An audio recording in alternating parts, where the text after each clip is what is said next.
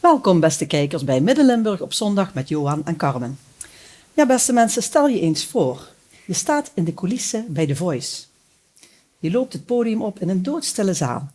Je krijgt het microfoon, het podium, de muziek begint en binnen 20 seconden in één keer draaien alle stoelen om. Hoe voelt dat nou? Nicole is het overkomen. Zij is hier met haar vriendin om daarover te vertellen. En vervolgens gaan we hebben over een ander onderwerp wat op een andere manier in het nieuws was. Ze waren bijna 5 jaar beeldbepalend in Roermond, de jongeren van Fridays for Future Roermond. Hoe gaat het nu met ze? We praten met 2 ervan om te kijken wat de stand van zaken is en of ze nog actie aan het voeren zijn.